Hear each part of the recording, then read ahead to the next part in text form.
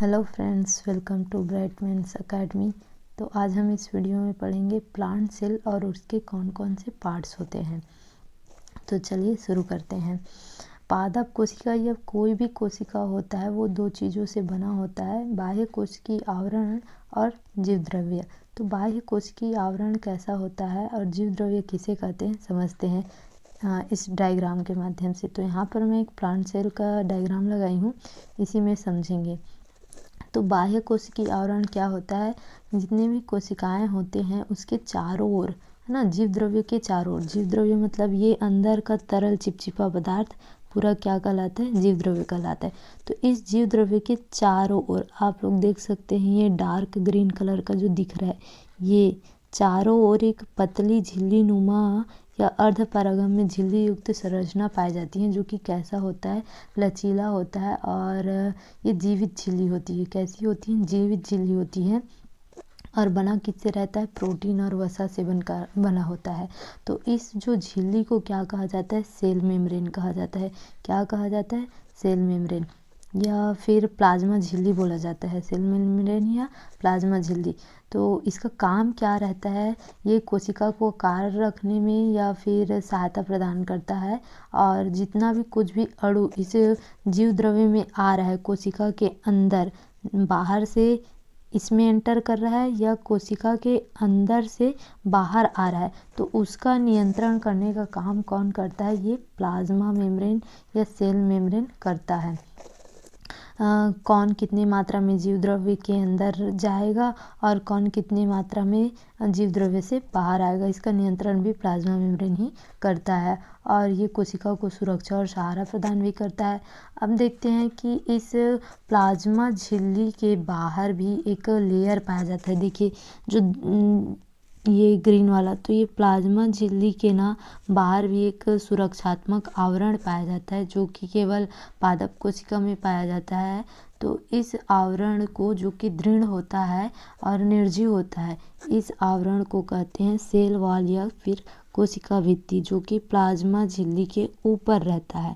तो ये कहलाता है सेल वॉल या फिर कोशिका भित्ति। ये किससे बना रहता है? तो सेल्यूलोज से बना रहता है, जो कि जंतु कोशिका में कोशिका भित्ति नहीं पाया जाता। कोशिका झिल्ली पाया जाता है लेकिन कोशिका भित्ति नहीं पाया जाती है, केवल पादप कोशिका में पाया जाता है। तो ये इसका बाह्य कोशिकीय आवरण होता है। फिर देखते हैं जीव द्रव्य क्या है। तो जीव द्रव्य क्या है? इस प्लाज्मा झिल्ली के अंदर, प्लाज्मा झिल्ली के अंदर जो होता है, ये एक तरल चिपचिपा पदार्थ भरा रहता है। इस तरल चिपचिपा पदार्थ को ही जीव द्रव्य बोला जाता है। जीव द्रव्य में दो चीज होता है, कोशिका द्रव्य और केंद्रक। यहाँ पर आप देख सकते हैं न्यूक्लियस दिख रहा है। तो ये चारों तरफ जो है तरल चिपचिपा पदार्थ कोशिका द्रव्य कहलाएगा और एक केंद्रक। तो दोनों मिलकर जीव द्रव्य का निर्माण करते हैं और इसी में सारी जैविक क्रियाएं संपन्न होती हैं और उन कोशिकांगों के माध्यम से भी। तो जीव द्रव्य में कौन कौन से कोशिकांग पाए जाते हैं, उनका काम क्या है, देखते हैं। तो डायग्राम में देखते हैं। तो जीव द्रव्य में कोशिका द्रव्य पाया जाता है। तो कोशिका द्रव्य खनिज, लवण, पानी, कार्बोहाइड्रेट, प्रोटीन, वसा, इसमें बहुत सी चीज़ें पाए जाते हैं। और ये जो रहता है प्लाज्मा झिल्ली और केंद्रक के बीच को कहते हैं। ये प्लाज्मा झिल्ली और ये केंद्रक है, तो इसके बीच में जितना भी लिक्विड है वो कोशिका द्रव्य है। इसमें क्या क्या रहता है? खनिज, लवण, पानी, कार्बोहाइड्रेट, प्रोटीन, वसा इत्यादि पाया जाता है।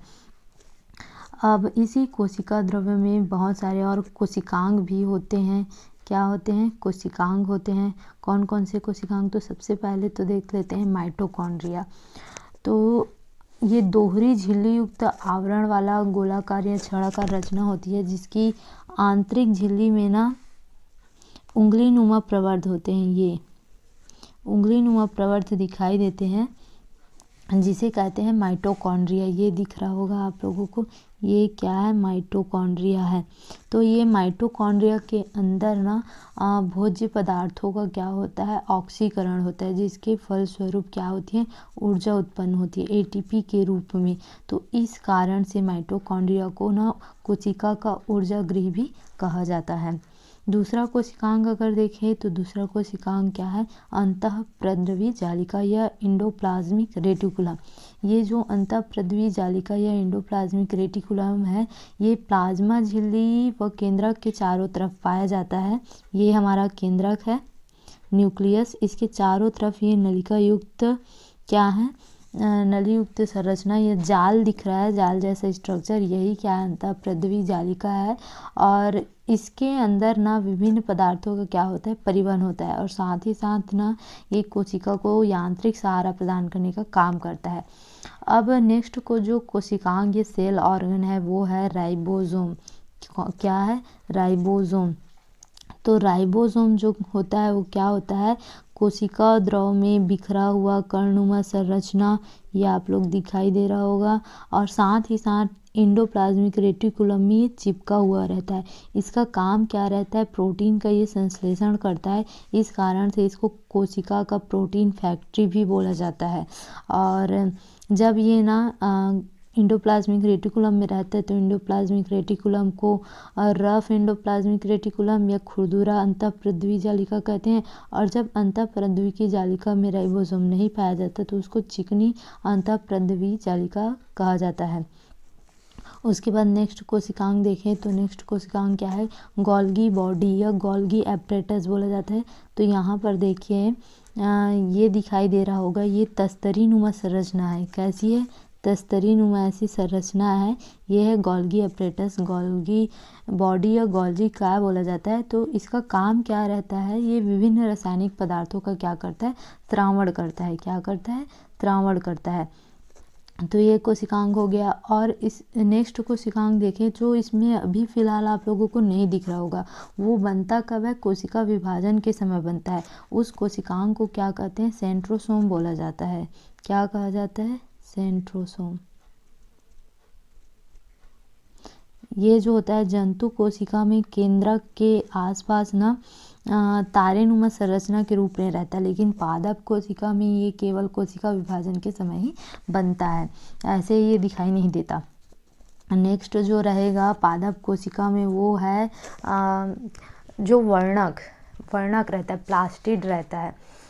ये प्लास्टिड ना जंतु कोशिका में नहीं पाया जाता, केवल पादप कोशिका में पाया जाता है। तो देखिए एक क्लोरोप्लास्ट है, ये प्लास्टिड का ही क्या है, एक टाइप है। प्लास्टिड जो होता है लवक 3 प्रकार के होते हैं, यहाँ पर देख सकते हैं लवक 3 प्रकार के होते हैं। पहला ल्यूकोप्लास्ट, दूसरा क्रोमोप्लास्ट और तीसरा क्या है, क्लोरोप्लास्ट। तो ल्यूकोप्लास्ट क्या है, एक रंगहीन वर्णक होता है, और ये इसका काम क्या रहता है, खाद्य पदार्थों में या खाद्य पदार्थों का संग्रह करता है। जैसे मूली में उसका सफ़ेद रंग ल्यूकोप्लास्ट के कारण ही होता है, और मूली में सारा संग्रहित रहता है भोज्य पदार्थ। और फिर क्रोमोप्लास्ट है, तो क्रोमोप्लास्ट रंगीन वर्णक होते हैं, कलरफुल जो होता है ये प्लास्टिड होता है, और ये फूलों फलों को लाल रंग, पीले, बैंगनी इत्यादि कलर प्रदान करता है, रंग देता है। और ये परागण में भी क्या होते हैं, सहायक होते हैं। जैसे टमाटर में कौन सा प्लास्टिड पाया जाता है, आप लोग कमेंट करके बताना। और फिर नेक्स्ट जो प्लास्टिड है वो है क्या, क्लोरोप्लास्ट।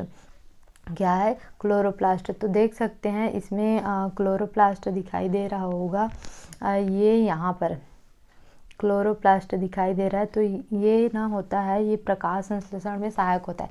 इसी की उपस्थिति के कारण जो है पौधे प्रकाश संश्लेषण की क्या करते हैं, क्रिया करते हैं। इसमें कौन सा वर्णक पाया जाता है, क्लोरोफिल पाया जाता है। क्या पाया जाता है, क्लोरोफिल पाया जाता है। तो इस तरीके से पादप कोशिका के सारे कोशिकांग मिल कर के जैविक क्रिया को संपन्न कराते हैं तथा उसके वृद्धि एवं विकास को करते हैं। तो ये है पादप कोशिका की संरचना के बारे में सारी जानकारी आप लोगों के। और एक और कोशिकांग बच गया है, उसको बता देती हूँ, रिक्तिका। रिक्तिका जो होता है ये जलीय पदार्थों से भरा रहता है, और ये पादप कोशिका में बड़ा कम रहता है, और जंतु कोशिका में ये ज़्यादा रहता है और छोटी छोटी रहता है। ये जलीय पदार्थों से भरा रहता है। तो ये है पादप कोशिका के संबंधित सभी जानकारी। और आप लोगों के लिए एक क्वेश्चन है, कमेंट करके ज़रूर बताइएगा कि पादप कोशिका की कोशिका भित्ति किसका बना होता है। Option A protein, option B वसा, option C cellulose, option D protein एवं वसा दोनों। तो अगर आपको ये वीडियो अच्छा लगा होगा तो लाइक करें, सब्सक्राइब करें।